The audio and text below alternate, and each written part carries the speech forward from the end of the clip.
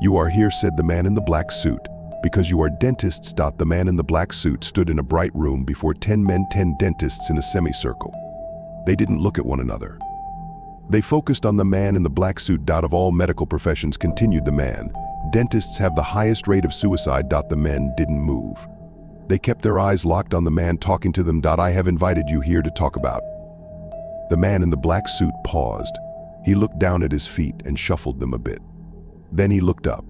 "I brought you here to talk about the dream." A few of the men fidgeted. One uncrossed his legs. They looked at one another. They looked sharply, squinty-eyed, questioningly at the man in the black suit. The man in the black suit folded his arms and looked at each of them. He waited. Finally, one of the dentists spoke. "You a dentist?" "No," said the man in the black suit. "Then why should we talk to you?" "It won't do any good." "You wouldn't understand," said another dentist, sitting up in his chair. "You wouldn't understand unless you're a dentist," said another. "You can't understand it," corrected another dentist. "And even if you could understand our dream," said another, "you wouldn't really understand it." "Not really." The man in the black suit listened to them. He nodded as they spoke. The dentists looked at him with scrutiny. The man shuffled a bit and cleared his throat. "Like I said, I brought you here to talk about the dream." He reached into his black suit and pulled out a bundle of envelopes. He opened one and showed it to the dentists in their seats. "Each of these envelopes contains $5,000 cash. You each get an envelope if you'll agree to tell me about the dream." "Why do you care?" asked a dentist. "Is that your money? You a pharmacist? You gonna give us a pill?" Some of the dentists snickered. "What's in it for you? Why should we?" "Regardless of my reasons," interrupted the man in the black suit. "I have a lot of money for each one of you if you will tell me the dream." The dentists sat in silence. Then they spoke and said more or less the same thing. "You wouldn't understand." "You couldn't understand." "No, you couldn't understand." The room fell silent again. The man stayed standing in front of the dentists as they sat, arms folded in front of him. Finally, one of them spoke. "Heck," he said, getting to his feet. "I'll tell him." "It won't matter," said another dentist. "He won't get it. Nobody does, unless you're a dentist. And he's already told us he's not. So what do we have to lose?" replied the other one. "I'll tell him the dream. We'll get our cash, and we'll be on our way." Except for the few heads that nodded in agreement. The room stay still. "So," said the willing one, "here's the dream." "Excuse me," interrupted the man in the black suit, putting up his hand. "Before you begin, I ask that this be recorded." The man in the black suit clapped his hands twice, loudly. A door opened from the back corner of the room, and an old woman entered, pushing some sort of typewriter on a chair with squeaky wheels. "This is Ms. Crumb," smiled the man as the woman approached. "She is a record keeper," he said. "That," said the man, pointing at the machine on the chair, "is a stenograph. Ms. Crumb will take notes." The old woman slowly made her way to the front of the semicircle. The man in the black suit took the stenograph off the chair and Ms. Crumb sat down. He placed the stenograph with its large blocky keys on her lap. She shifted a few times and got comfortable. Then she looked up at the man in the black suit, expectantly. "Okay," smiled the man in the black suit. "If you are all in agreement, let's begin." The willing dentist stood up. He cleared his throat. "The dream has to do with the amount of holes in a person's head," he began. One of the dentists sighed loudly, as if he'd heard the story 1,000 times. "He's not going to understand," he retorted. "Let him try," said another. The first dentist continued. "Every person has 7 holes in their head, 2 ear holes," he said, putting his index fingers on his ears, 2 eye holes, 2 nostrils, and a mouth, he said. 7 Ms. Crumb started typing quietly away on her stenograph. "It's a horrible dream." "Really," he continued. "The dream deals with a type of weaving that goes in and out of these different holes, and it's always the same." The dentist lifted his hand and put his thumb and forefinger together as if he were pinching something. "I am standing over a patient with a needle and a piece of thread. I have an overwhelming need to. The man squinted up his face like he didn't want to say the next part, but he did. "I have an overwhelming urge to weave that needle and that thread through those 7 holes. I put the end of it in an ear, and it must come out of another hole. Say the mouth. Then it must go into another hole, and out another, and in another, and other, and other, until the last one." The dentist paused. Am I right so far, fellas? Right, said one dentist. You got it, said another. But the man continued, because there are 7 holes in the head, 2 ears, 2 eyes, 2 nostrils, 1 mouth, the needle and thread always end up on the inside, in the head. It's in and out, in and out, in and out, in and out, and that's a problem. Asked the man in the suit. See, someone said, he doesn't get it. It's a huge problem, continued the dentist. There is something in the dream, an aura, or an entity, a compulsion, call it what you want, that mandates what goes in must come out. So there I am, bent over some man, sewing a thread through him like he's a stuffed turkey. He scrunched up his face again like he knew he'd said something distasteful. It's hard to capture in words, one of the other dentists interrupted. But the dream is very clear, and there is a very real sense of some sort of urgency. I take that needle and that thread, and I must go in through one of the holes in the head and out through another until they're all used. And every time, he continued, gritting his teeth, that dang needle ends up on the inside. So I pull it out and the patient is screaming and I start again, and I'm up to my elbows in blood, and you can imagine another dentist interrupted. It's horrific. It's absolutely horrible, said another. It's exhausting, said another. Completely exhausting. And of course it makes perfect sense when we're awake, said another, that the needle and thread will always end up on the inside of the skull, but we do it over and over and over because it's a dream. Going in and out, in and out, in and out, in and out, and in. The patient screams and you gotta pull the needle and thread out and you're up to your elbows in screaming and blood, and because it's a dream you just start again, and again, and again. What goes in must come out, whispered one of the dentists. In and out, in and out, in and out, in and out, and in, said another. The man in the black suit listened intently, nodding. Ms. Crumb sat silently recording every word. Then said another dentist, we wake up after a full night of needling and threading and go to work, and there is a patient in the chair, and the only thing on our minds is that dream, and after a while, it is pretty dang hard to determine what is a dream and what isn't. It's why we drill so hard sometimes, said another. We think, if I can drill another hole in that tooth, in that head, then maybe, just maybe, I can dream of a patient with another hole in the head, and maybe the needle will come out, and maybe the dream will stop, said another. And, said another dentist resolutely, it's most definitely why some of us put a gun in our own mouths and pull the trigger. He looked around the room. Nobody looked at him as he finished. It's a bad thing to say, but that hole in our own head is the only sure way to end the dream. The man in the black suit listened. The room fell quiet. Then we can sleep, said one. Yes, someone exhaled. Sleep. That's the story, said one of the dentists. He looked at the man in the black suit. We just want to sleep. At this point, the man in the black suit got up from his chair and approached Ms. Crumb, who had been recording every word on the stenograph. He stood directly behind her, so the two of them faced the semicircle of dentists. He placed his hands on her shoulders. She stopped typing. I would like all of you to come forward and stand around Ms. Crumb, said the man in the black suit. Go ahead. Come forward. The dentists got up. They approached Ms. Crumb and the man in the black suit. He looked down onto the top of her head and said, Ms. Crumb, I want you to show these people your unique characteristic. Ms.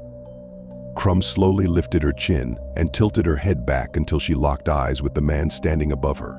He gently placed his hands around the bottom of her chin and snugly cradled the top of her head with his forearms into his stomach. The man in the black suit looked up at one of the dentists. Come here, he said kindly. Come see. A dentist stepped closer and stared down at the old stenographer's face. He gasped. What is that? He asked. He moved even closer until he was just a foot or so from Ms. Crumb's face. He squinted and fumbled with his words. How? Why? How is it done? He lifted a pointing finger at the old woman's face. That is impossible. The man in the black suit looked up at the rest of the dentists. Look closely, he said. All of you. Ms. Crumb remained in the man's grip, staring up at the ceiling.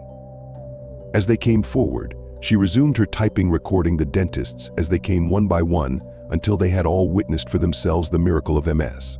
Crumb. She has no mouth, said one. It's just a line, said another, pointing with a pinky finger. Just a fake line. She has 6 holes in her head, said another with a half smile. No mouth, they all exulted. No mouth, they cheered. In and out, in and out, in and out, said one, pinching his fingers with an imaginary needle and thread. In and out, his hand went down and up, in and out, in and out. That means, said another. Another finished his sentence, what goes in must come out. In and out, in and out, in and out, in and out, the dentists cheered. They smiled, wide-eyed, and patted each other on the back, and looked at the man in the black suit. The man in the black suit gently released Ms. Crumb from his grip, and she dutifully continued to record each statement, each observation, as the dentist walked around the chair, counting the holes in her ears, her eyes, her nostrils. Some counted the holes with their fingers. Others pinched their own imaginary needles, plunging and pulling imaginary threads into the air as they walked around her. Some became emotional. She doesn't have an extra hole, said one. She has one fewer. It makes sense. The man in the black suit cleared his throat. They all looked up at him. She was created for you, smiled the man in the black suit. So you could sleep. Thank you, they cried to the man in the suit. They each, in turn, bent down next to Ms. Crumb. Thank you, Ms. Crumb, they said sincerely. Thank you for existing, they said. Thank you for helping us sleep. I am ready to hand out some envelopes, said the man in the black suit, reaching into his suit coat, retrieving the bundles. But first, he said, pulling a needle and a long piece of black thread from his coat pocket, let's make sure it works.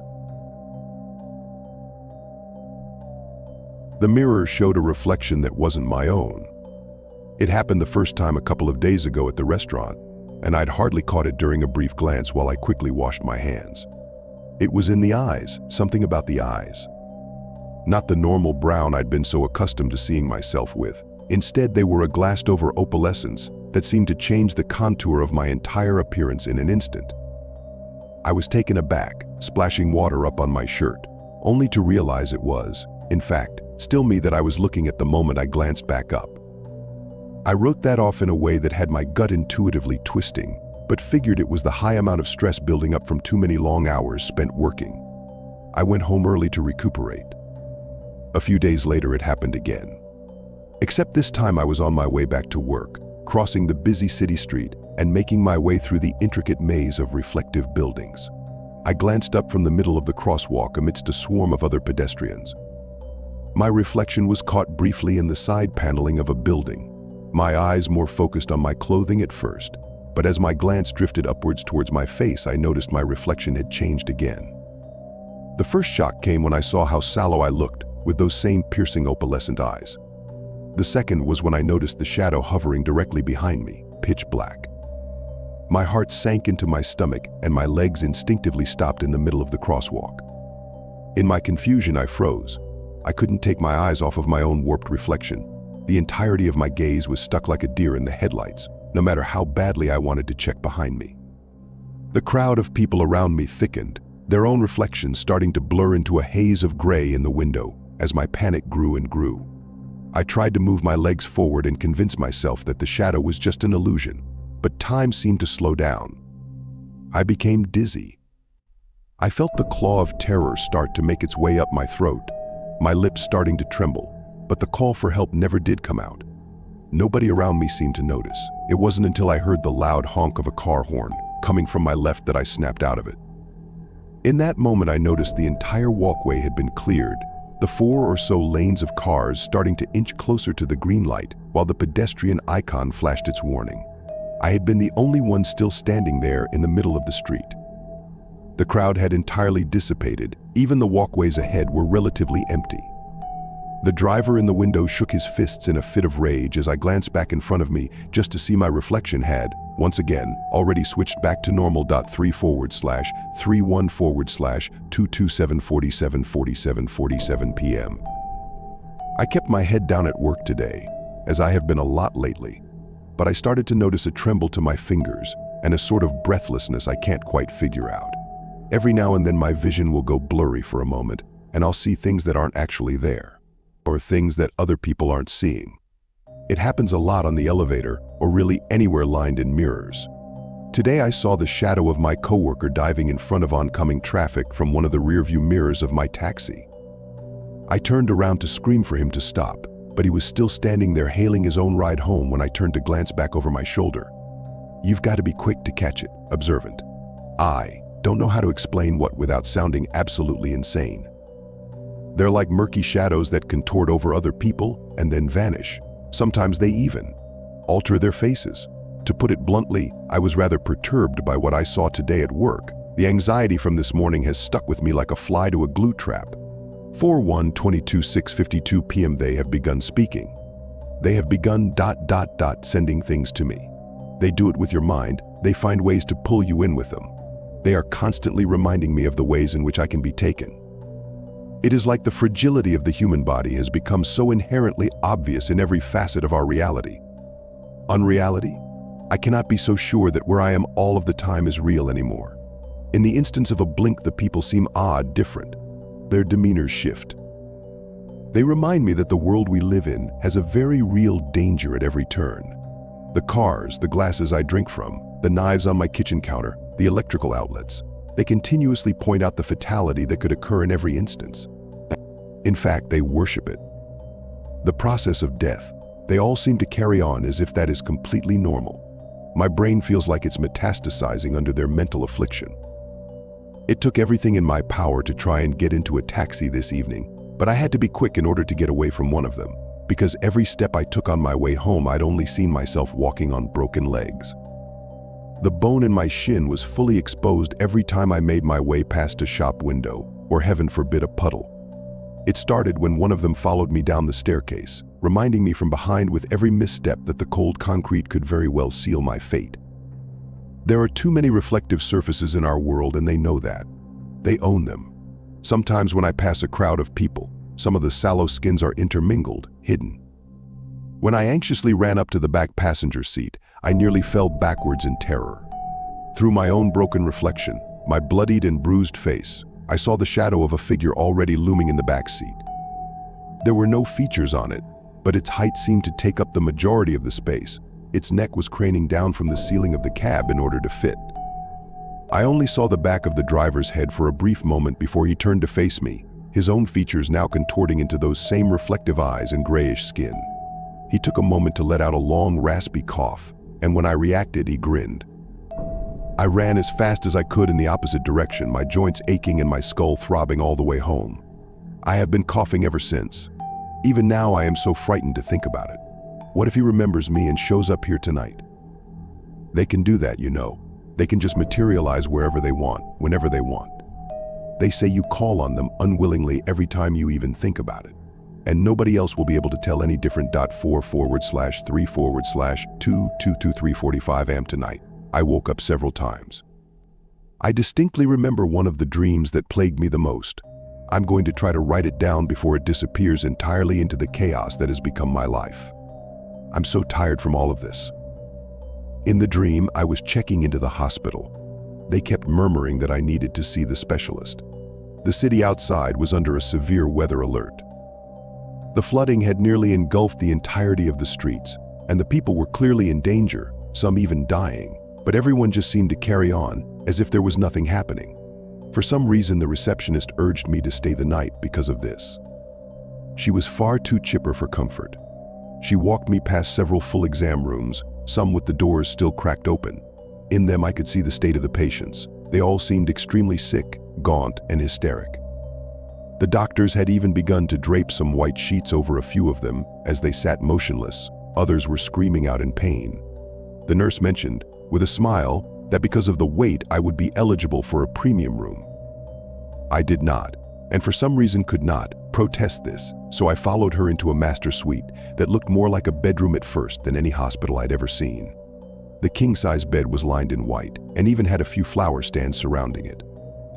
I didn't notice the screen door to my right near the room's entrance at first. I'd made my way directly to the bed and had fallen asleep relatively quickly due to the level of exhaustion I felt. My headache continued even after I awoke. When I did, I noticed that the screen door separating my room from the other one was now cracked open. As I went to make my way to the entrance, I got a glimpse of what was inside. It was entirely lined with bodies being prepared for their mortuary services. Nearly a couple hundred laid there with tags on their feet, lined in neat rows side by side. Not a single one had been placed into the respective coolers. All of them had already started to form grayed skin and dark patches where their arms and legs rested. Their features were so very blue. I was mortified. I backed away slowly into the opposite wall before the clank of metal caught my attention towards my own bed. That was when I realized what it had been being used for. That was the showing bed as they suddenly referred to it in my head. How I knew this I cannot articulate. I can only tell that they send it to you. That same shadowed figure had appeared, blacking out the entire left corner of the room, the silhouette of its arm directing back down towards the sheets. I felt my skin crawl and my feet being forced to move towards it despite every protest. I tried to turn in the opposite direction, to run away, but directly in front of me was a full-length mirror, and in it I caught the state of my own reflection. The blued lips, the drained skin, and those same reflective dead eyes that whitened over my own irises. That is when, by my own sheer terror, I woke up again, this time in my own apartment. I didn't sleep for the remainder of the night. I cannot get that image of my own distorted reflection out of my head. 4/10/22/2222. Every mirror in my apartment has been disposed of, and I have not stepped outside in several days. But the images themselves have not gone away, and I cannot think straight enough to articulate anything I've endured, let alone hold a conversation anymore. They seem to be following me everywhere now. In fact, they have only seemed to grow increasingly more real as the long days have trekked on.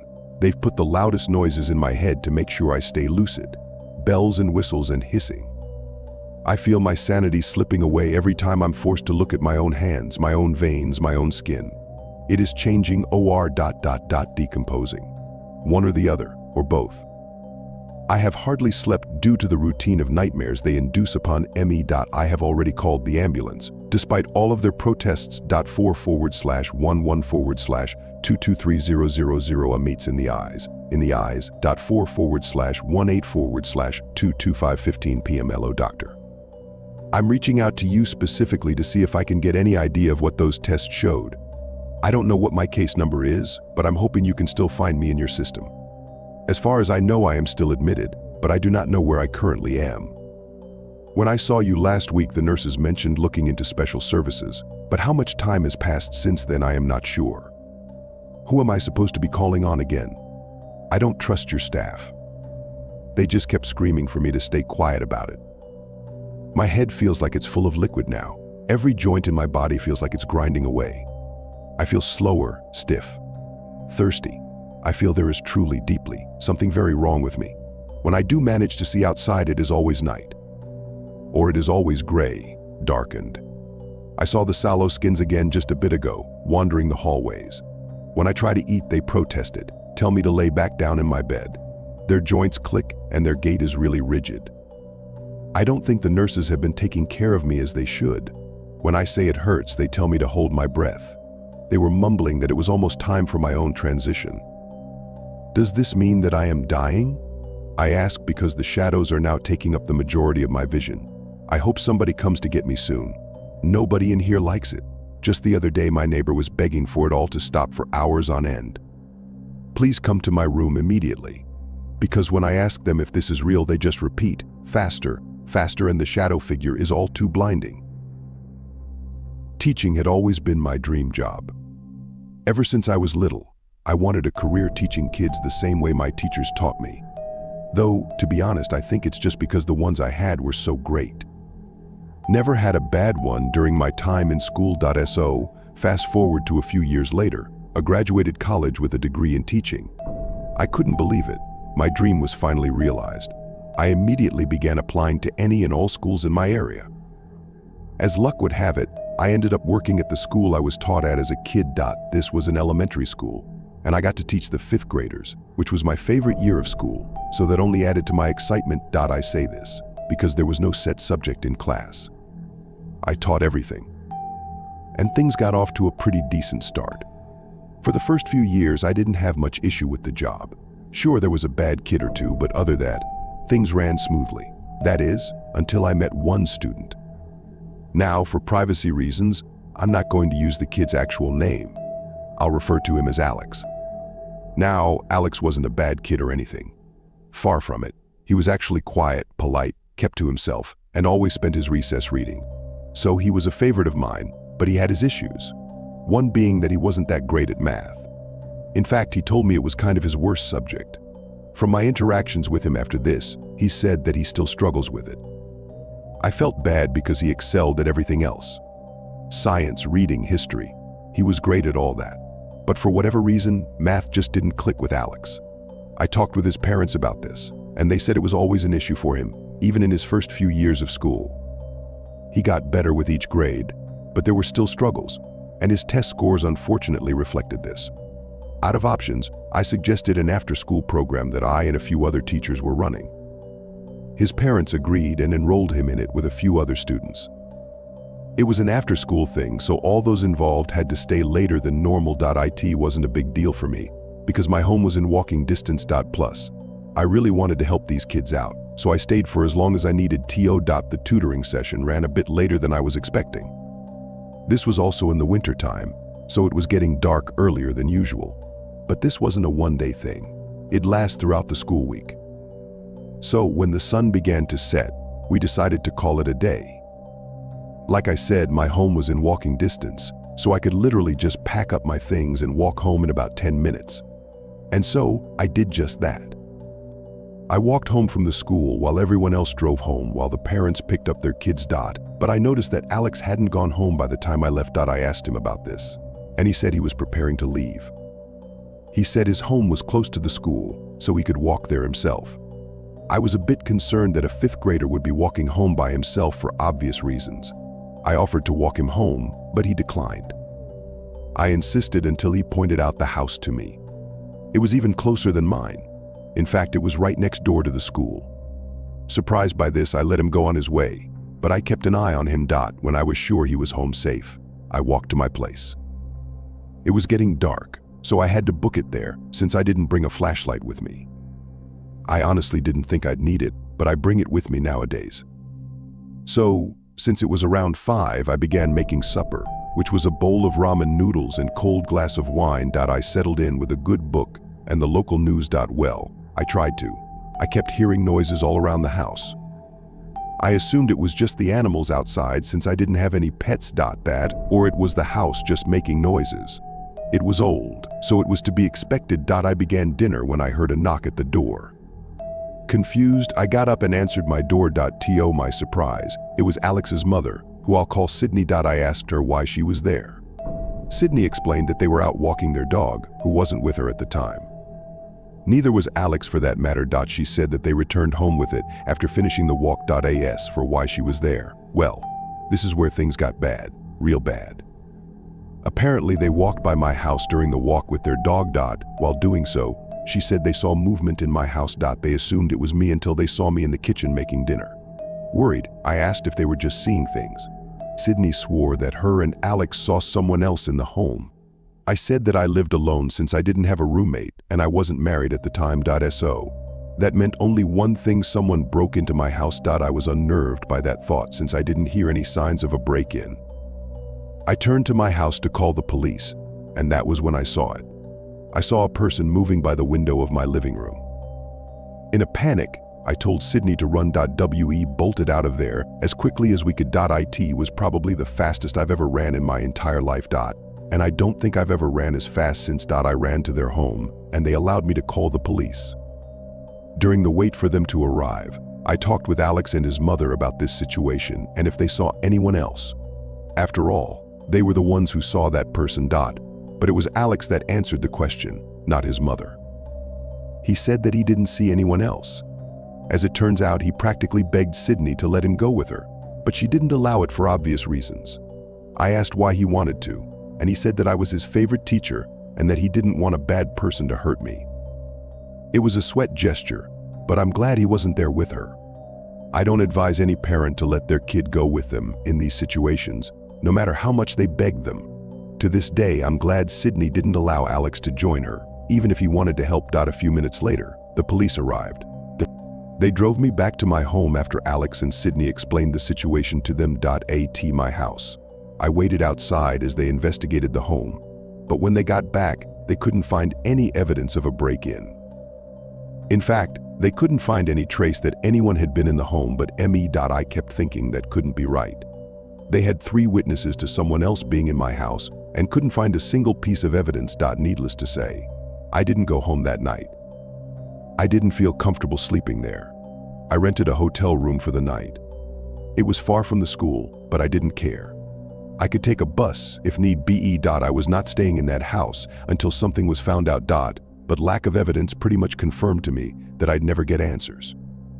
I had to move in with a friend of mine until we could find me a better home. One that had decent security, be it better locks, cameras, or a security system. My old home had none of that. After months of searching, we found one that was far from that place. It was far from the school too, but that didn't matter. I was far from that place and I never had to go back. I don't know if anyone ever bought it, and I haven't bothered to even look. I want nothing to do with that place. I now have a new home with a security system, cameras, and automated locks. I even got a guard dog, a Rottweiler named Bishop. I'm much happier now that I don't have to worry about this.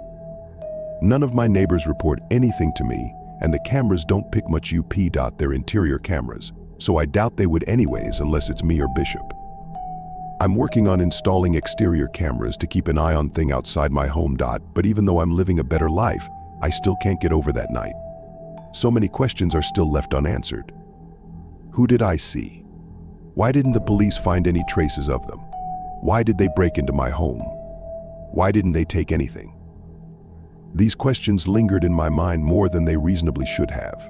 But when you don't get straightforward answers, those questions stick with you. Then I remember the sounds I heard earlier during dinner. I realize now that I heard them breaking in without realizing it. That thought alone just scares me to my core, and why I'm so protective of my home now. But that still doesn't explain the lack of evidence of a break-in. No broken windows, no footprints, nothing. Nothing was even taken. The irrational part of me began to speculate that it may have been something paranormal or supernatural. If no physical evidence could be found, maybe that was because there wasn't any to begin with. Maybe whoever or whatever was seen that night wasn't of this world. But the rational part of me blocked all of that out. I do believe in spirits, but I don't believe in haunted houses or anything like that. I was raised to believe that spirits don't haunt homes, and if your home is haunted by something, it's most likely another person trying to scare you. I still hold that belief to this day, so that's why I wasn't quick to assume I was being haunted. I just thought it was someone pulling a prank or someone trying to scare me away to steal something in the house. But nothing was taken, so I guess they found nothing of value and moved on. So I suppose that whatever happened that night will remain unsolved. The police never contacted me about anything else. I guess they gave up the investigation. I don't blame them, but they'll likely reopen the case if something found there. I just hope that something is because I need to know what went on that night. I try to forget about it, but I just can't. No one can forget something like that. It's especially difficult to forget when you can't explain it rationally. The only explanation you have is irrational. But because I value my sleep and my sanity, I just pretend that whoever I saw was just really good at covering their tracks. That explanation helps me sleep better at night, even if it doesn't make sense. There are a lot of good burglars in this world, but none that could hide their tracks as good as this one apparently did. Or maybe there is. And I just so happened to see them. If they wanted to scare me to get me away from the house so that they could steal something, they succeeded, even if they ended up stealing nothing. Whatever the case, I'm happy to be living in my new home and away from whatever was going on in my old one. I still think about it a lot, especially knowing that this person was never caught to my knowledge. Without evidence, it's kind of difficult to make an arrest. I just hope that whenever this person, if it is a person, is caught, they're put in jail and not allowed to walk free. If it's not a person, and my irrational theory is true, then I feel sorry for whoever lives in that house now. And I do hope they find the proper help if it is paranormal. Maybe I should have considered it, but I didn't because of my own beliefs. I still don't believe in haunted houses, even with this experience. If more proof of it being truly paranormal is brought forward, then I'll believe I was being haunted rather than someone pulling an elaborate prank or trying to scare me to get me away from the house so that they could steal something. Even though I believe in spirits, I don't believe that they haunt people.